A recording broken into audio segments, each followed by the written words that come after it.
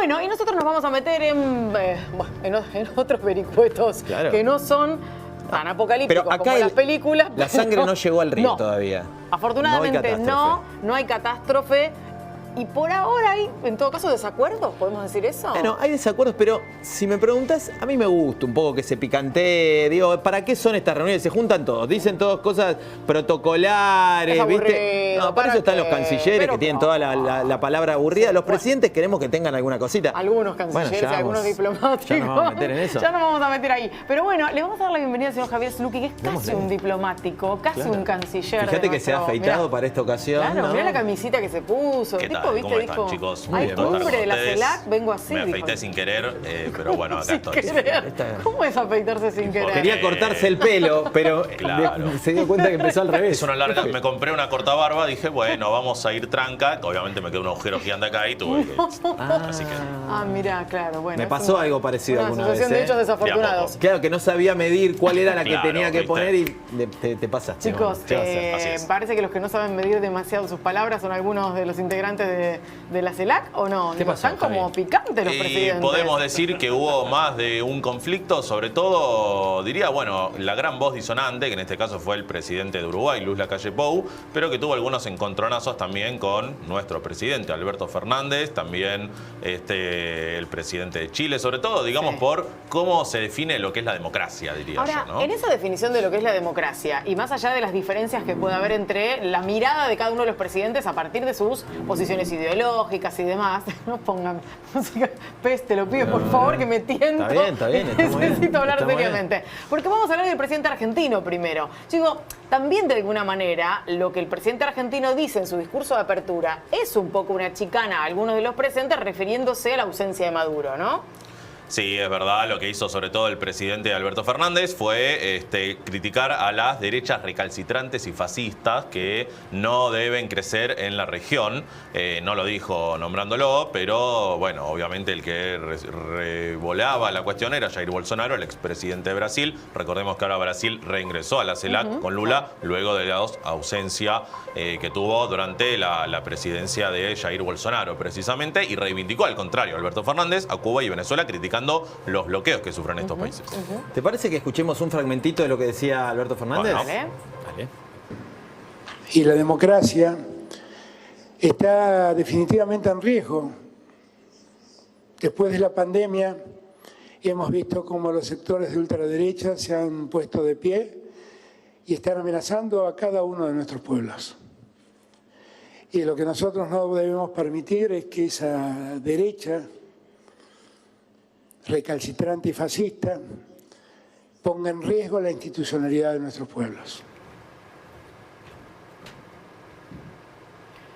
Bueno, yo me quiero quedar primero parada un instante en la primera etapa de lo que dice, ¿no?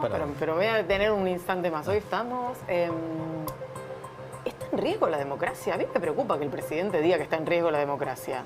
A ver, no sé. Bueno, nombró un episodio de Argentina, que es obviamente el atentado contra la vicepresidenta. Nombró 3 episodios cuando, luego de esa frase que vimos en el video, el golpe en Bolivia en 2019 contra Evo Morales, lo que pasó en Brasilia con los bolsonaristas que atacaron los 3 poderes hace 2 semanas, y justamente el atentado contra Cristina Kirchner. No dijo específicamente que la democracia en Argentina está en riesgo. Yo quiero creer que no se refería a eso, pero se refería más bien a estos episodios en la región que están digamos, la democracia amenazada por la derecha, que no es lo que pensaban justamente y lo que expresaron otros presidentes dentro de la cumbre. Claro, ¿cuál será esa derecha de la que habla Alberto Fernández? Digo, si tiene nombre en particular, si está pensando en alguien del ámbito local. Lo que sí hay que decir es que en la región, como en todo el mundo, están habiendo algunas... Si se quiere, nuevas agrupaciones con algunas características un poco más autoritarias y claramente hay un corrimiento o hay un debilitamiento de las instituciones que además en momentos de crisis económica, bueno, obviamente se complica un poco más. Sí, claro, absolutamente. Sí, yo creo que sí. No se refirió a nadie del ámbito local específicamente, más allá de nombres que uno puede pensar o que piensa que Alberto Fernández o el kirchnerismo, el peronismo hubiera pensado. La realidad es que no dijo ninguno explícitamente. seguramente, pero habló, bueno, de estos episodios puntuales. A propósito de todo esto, digo, uno tiende a creer que estaba de alguna manera refiriéndose a una suerte de apoyo a Nicolás Maduro y al gobierno venezolano, sobre todo entendiendo que utilizó palabras bastante parecidas a las del comunicado, del por qué no venía el presidente venezolano a nuestro país. Mandó un video, Claro, Maduro, no vino, pero mandó video, Maduro. ¿Querés que veamos un fragmentito de lo que decía? A ver. Hubiera querido estar físicamente, directamente, en el sitio de los acontecimientos. Como siempre hemos estado. Como siempre vamos a estar. Razones que se escapan a nuestra propia voluntad, de las conspiraciones permanentes, de la persecución permanente, de la amenaza permanente, de las emboscadas que se calculan, me hicieron tomar la decisión, creo, más correcta y justa de no caer en las provocaciones que pretendían manchar este momento tan esperado, tan especial para América Latina y el Caribe. Bueno, ahí está el presidente de Venezuela, que no fue la única gran ausencia de la cumbre. Tampoco vinieron el presidente de México, López Obrador, el de Ecuador, Guillermo Lasso, el de Nicaragua, Daniel Ortega, pero diría que sí fue la ausencia de más peso y la ausencia más sufrida, digamos, por el propio presidente, porque hasta último momento iba a llegar hasta que vino en representación su canciller, digamos, que no le juega muy bien a Maduro esta ausencia. Ahí hay que decir que si uno, retomando el discurso de Alberto Fernández, las definiciones de Maduro y pensando quiénes fueron los que hicieron la campaña más fuerte en contra de Nicolás Maduro y que festejaron que no viniera, bueno, uno puede emparentarse un poco con lo que se llaman los halcones dentro del PRO, claro. ¿sí? La denuncia de Patricia Bullrich, la movida de Waldo Wolf también de una denuncia colectiva de muchos actores, el propio Mauricio Macri. Sí, Digo, por ahí, por ese lado venían estos mensajes. Y una advertencia que también creo que dio en su momento Lula. Dijo, ojalá esté Alberto Fernández en el futuro y si no, impedir que lleguen las derechas al gobierno. Sí. Parecía venir por ahí. Sí, sin dudas. La verdad es que el gran festejante, quien más triunfó con esta ausencia de Maduro, fue la oposición de Juntos por el Cambio en Argentina. Recordemos, como bien decía Javi, que Patricia Bullrich pidió detener a Nicolás Maduro apenas pisase el suelo argentino y presentó una denuncia.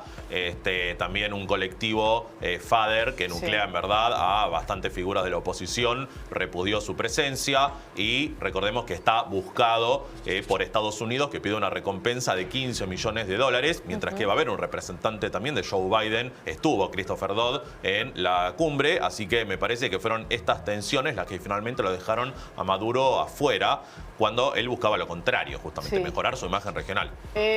Algunas voces, obviamente, de oposición venezolana y desde allí o desde algún lugar del mundo, también hablaban de esta historia de Nicolás Maduro con ese pedido de los Estados Unidos para que haya información que pueda vincularlo con una denuncia por narcotráfico, influencias en esto, armas y demás. Sí.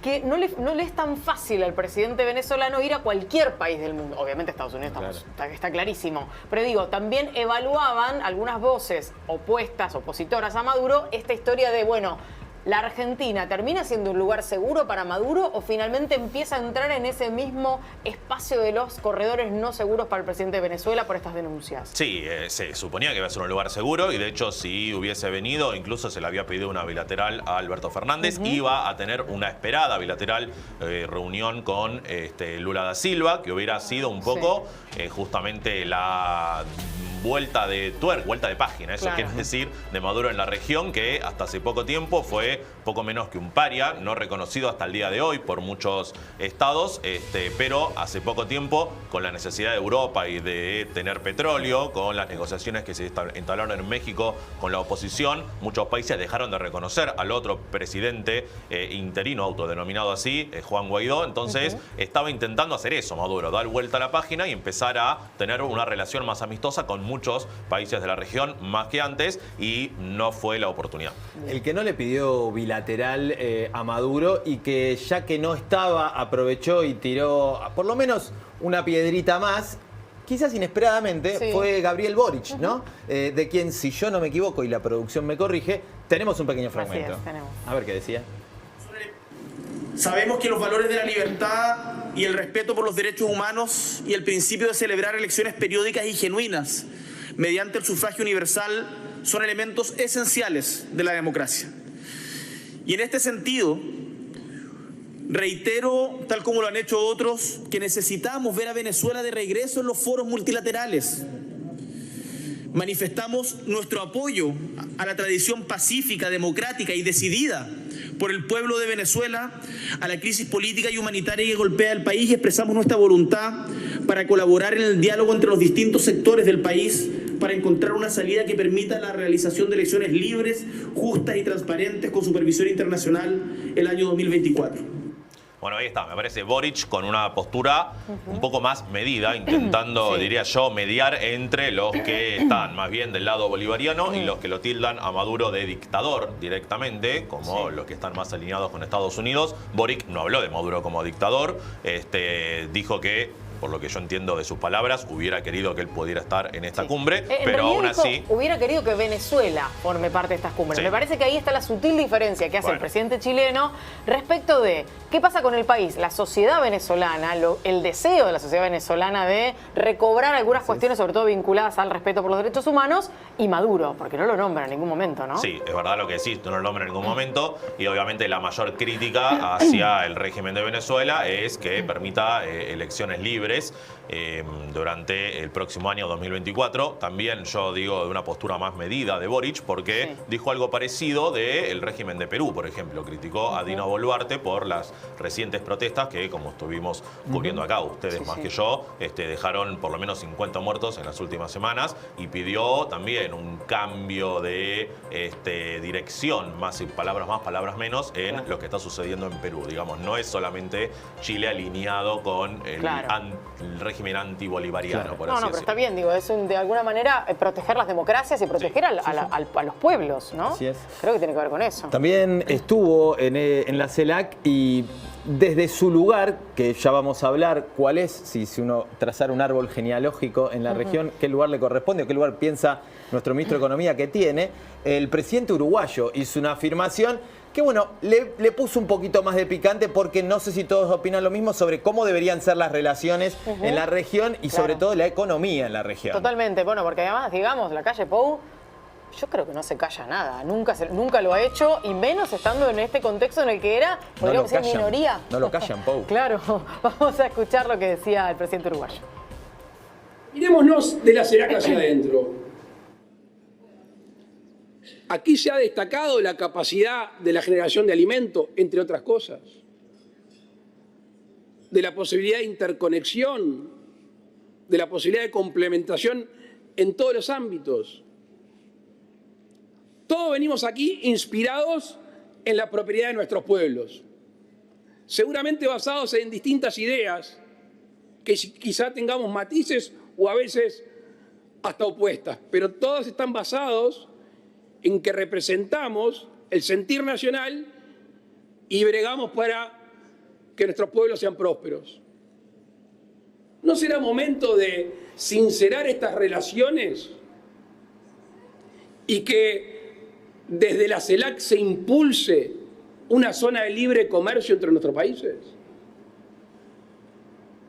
Desde México hasta el sur de América del Sur.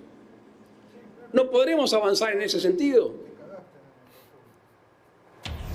Bueno, ahí está, la calle Pou insistiendo con la postura que viene teniendo también dentro del Mercosur, digamos, de que haya tratados de libre comercio, bueno, en este caso bilaterales, entre Uruguay y China. Es el gran socio con el que quiere acordar. Que le valió Uruguay varios tirones de oreja, ¿no? A la calle Pou desde el Mercosur. Del Mercosur, y que por eso mismo tuvo una respuesta quizás poco afortunada de parte del ministro de Economía, que después vamos a estar viendo. Vamos a estar hablando de todo eso, por supuesto. Pero digo, en el caso de la calle Pou, que claramente es una posición o una opinión disonante, como vos decías al principio, más allá de las diferencias que puede haber habido entre los otros presidentes y sobre todo Boric, más medido, pero con algunas diferencias. Digo, ¿cómo se para Uruguay frente a esta realidad de la CELAC? ¿Y qué pasa con el resto? Porque nosotros venimos escuchando a algunos, ¿no?, que hemos elegido sus discursos. Sí, bueno, Uruguay tuvo ahí sí una postura mucho más clara en contra de lo que decíamos antes, Cuba, Nicaragua y Venezuela. No medida de ninguna manera contra Boric, sino que la calle habló quizás espejado a Alberto Alberto Fernández. Alberto Fernández decía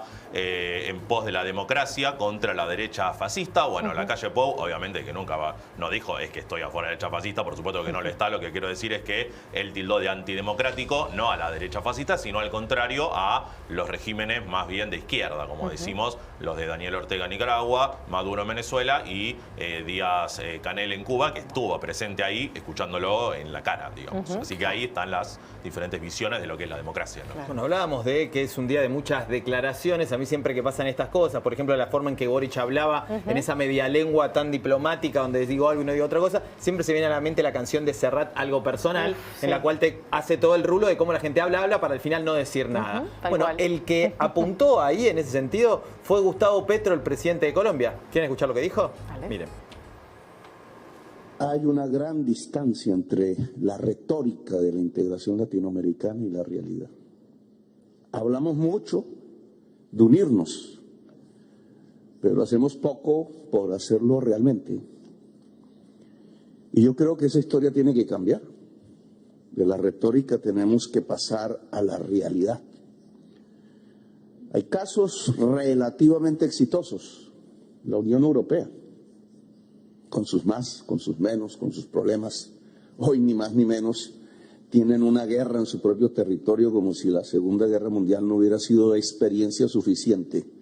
En los mismos lugares donde los nazis mataron 20 millones de personas.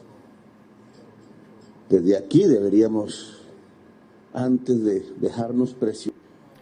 Bueno, hablando de dejar de hablar tanto y empezar a hacer. ¿Sabes qué me hizo acordar a Pepe Mujica hace unos cuantos años en Río +20, en una cumbre de medio ambiente, pero hablando en un sentido muy parecido?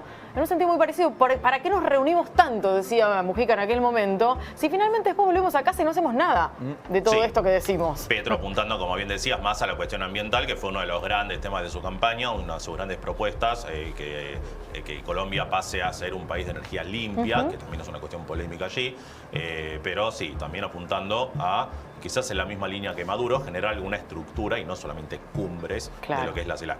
Empecemos a hacer. Sí. Javi, hablábamos los otros días y hoy por ahí podemos profundizar en qué iba algo que es en paralelo a esta reunión de los CELAC, pero muy importante también para la Argentina, como es el relanzamiento de la relación con Brasil y puntualmente algunos acuerdos que parecen comenzar a encaminarse. ¿Qué nos puede contar? Así es. Bueno, ese fue el gran plato del día de ayer, por supuesto.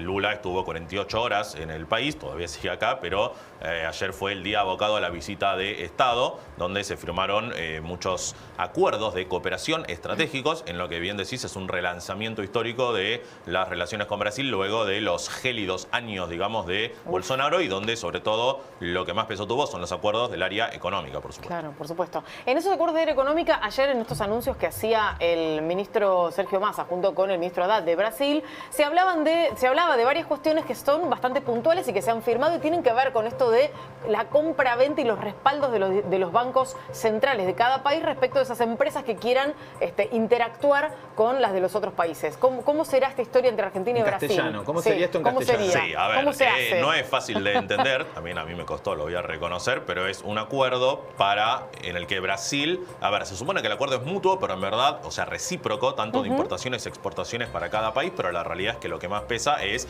el financiamiento o prefinanciamiento, mejor dicho, de las exportaciones de Brasil hacia Argentina. O sea, las importaciones de Argentina, lo que va a suceder es que el Banco de Brasil... Sí, decime eso. No, diga. No, que el Banco de Brasil va a darle a las empresas exportadoras brasileñas los reales necesarios. Esos reales van a estar de parte de Argentina, digamos, el Banco Nación va a ser el banco que va a salir en garante de la empresa importadora de Argentina, y esa empresa que importa de Argentina los bienes desde Brasil va a tener la obligación de pagar esa importación, pero a 366 días, digamos, va a tener un año y un día, claro, para cancelar. ¿Al mismo precio? Esa deuda. Para cancelar Esa es la gran cuestión. Supongo, esa es la cuestión. ¿Será?